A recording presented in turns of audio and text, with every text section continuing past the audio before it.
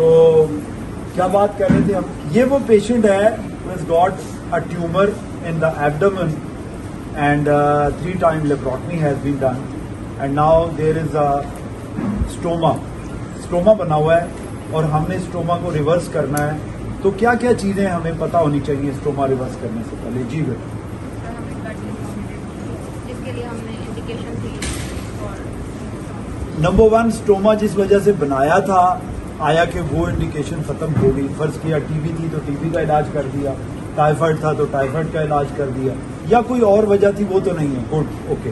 What else? Tumour का क्या करें? कीमोथेरेपी हो चुकी है, अब क्या करना चाहिए? अब हमें रेजिडुअल सीटी करवाएं, एब्डोमेन का एग्जामिनेशन करें और सीटी करवाएं और देखें कि आया कि रेजिडुअल ट्यूमर तो नहीं है, वरना अदरवाइज अगर क्लोज करेंगे तो दोबारा ऑब्स्ट्रक्शन में जाने के चांसेस हैं। तो रेजिडुअल ट्यूमर नहीं होना चाहिए। और क्या क्या चीजें ठीक होनी चाहिए? थोड़ा सा आगे हाँ जी। डिजिटल लूपोग्राम करवा के डिजिटल पेटेंसी देख लें तो वो ठीक है। और पेशेंट क्या ना हो, जनरलाइज कंडीशन में क्या क्या चीजें?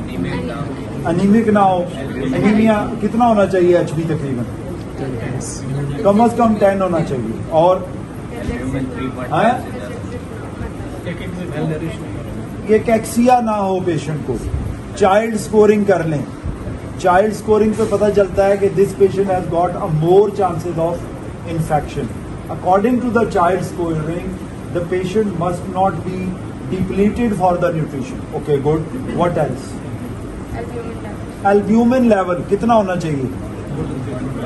है 3.5 से कम ना हो। अगर 3.5 से कम हो और आप रिवर्सल करेंगे तो ओपन होने के चांसेस हैं। ठीक है, और कोई बात इसके अलावा? ज्यादा पैसे वैसे अच्छा है। परफॉर्मेंस स्टेटस से क्या मुराद है? पल्मोनरी कोई फंक्शन, कोई कोमॉर्बिडिटी ना हो। ठीक है, और कार्डिक कोई कोमॉर्बिडिटी ना हो, और डायबिटीज का मसला ना हो, इम्यूनो कम्प्रोमाइज ना हो पेशेंट। ठीक है, क्योंकि जब आप ये पेशेंट की कीमोथेरेपी और रेडियोथेरेपी करवाते हैं तो ये इम्यूनो कम्प्रोमाइज होने के चांसेस होते हैं। तो ये सारी प्रोफाइल भी आप करवाएंगे। उसके बाद then we will decide that we should go for the reversal of the patient या क्लोजर ऑफ द पेशेंट। ठीक है जी, करवाएं।